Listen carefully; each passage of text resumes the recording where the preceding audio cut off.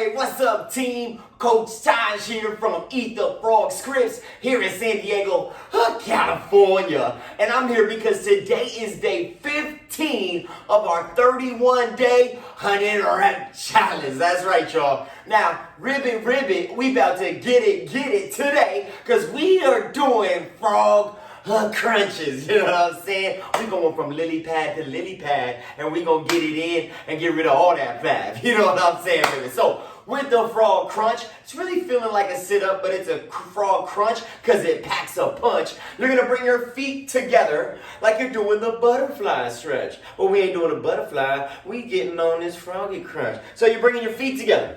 You're gonna go ahead and start by tightening your abs. Now from here, you're gonna slowly lower your body back, making sure that your lower back is flat on the floor. Now, with a standard frog crunch, you're gonna bring your hands together, you're gonna extend them overhead. Then you're gonna drive your belly down and you're gonna sit all the way up, coming and touching your toes. Now, as you're doing this, you're gonna wanna keep your knees splayed out wide and keep your feet driven flat into the floor. You're gonna slowly lean back, tap your hands to the ground, and then drive the belly down and then tap the feet.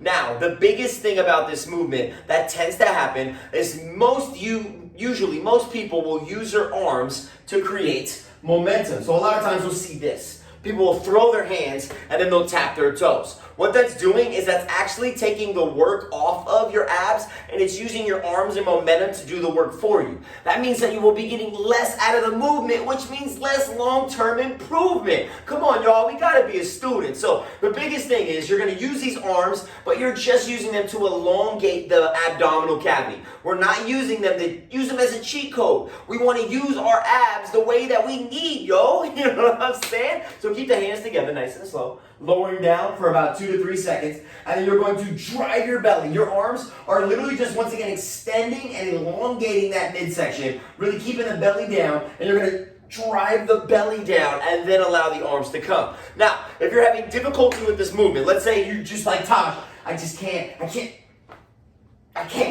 do it, my feet won't stay down, so on and so forth. Well, you can actually go into more of just a standard crunch where you're reaching your hands straight to the sky. So you'll keep your feet together, your hands will be right above you, and you can crunch up and down, working on getting your upper back off the ground and just keeping your belly on the floor. So you can just go straight up and then slowly lower down, straight up, slowly lower down. You can also go into more of a standard crunch where you bring your feet down and then you sit up from there, but it's gonna be hard to keep your feet down. Now, cheat code within this option here, you can extend your feet out further. What that will do is it will make it easier for you to sit up. You can also use those arms, like I previously mentioned, if you need a little extra momentum. You can bring those legs completely straight. What you will notice is, once again, the further out those feet are, the easier these are.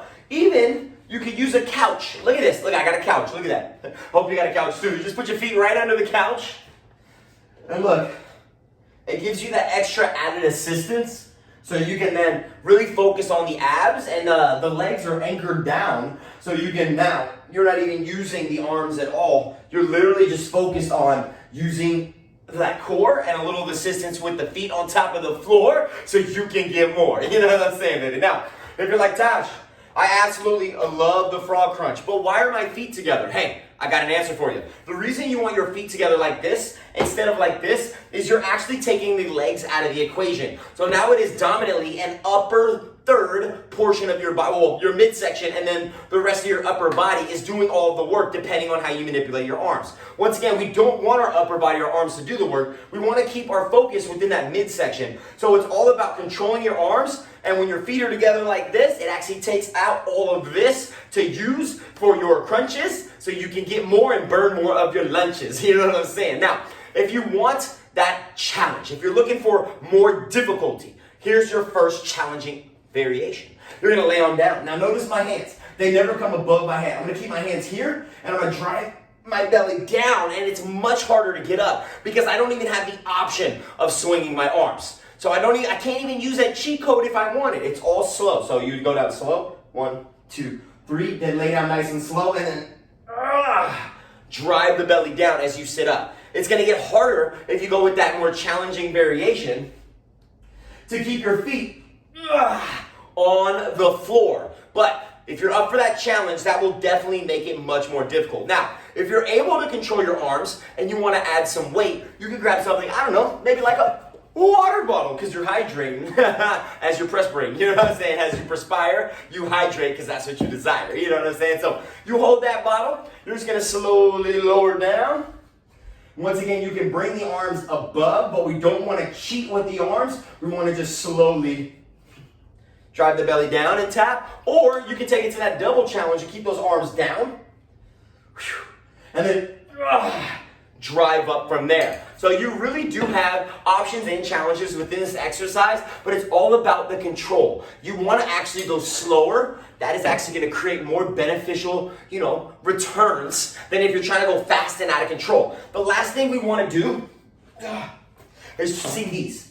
What that does is that just gets you literally, not only makes your lower back more prone for potential injury, but it literally just makes you more spastic. You might throw out a shoulder. You might literally hurt, let's say you get an elbow injury, anything like that. So we want to make sure that we're taking care of ourselves during this exercise, all right? So once again, that option, if you need, you can use those arms for more momentum if you need, but once again, you will get less out of it. Another option, you can go into more of a reach for the air crunch, driving the belly down. You can also flatten those feet and bring them out further from your body as you're doing it. Try not to swing those arms with momentum. So you're really here. Try to keep those feet down. Once again, the further your feet are out, the easier this movement becomes. Now, if you're like, Taj, I'm still having difficulty here, once again, you can even put your feet under something like a couch. And that will help you with these sit-ups as well. Now, if you're looking for that challenge, once again, you can bring those feet together. Once again, when your feet are together, it's taking the lower body out of the equation. You can then add a weight, like a water bottle. You can also, if you're having a hard time and you're like, I just can't stop cheating with the momentum, guess what? You can just have those arms out straight. Never bring them overhead. Keep them low. And that will make it much more isolating. And seriously create that burn. You know what I'm saying? So there you go. Frog crunches. Go burn your lunches. I'm excited to see you get your 100. I'm about to get mine. Let's get fine, y'all. Let's get it, team.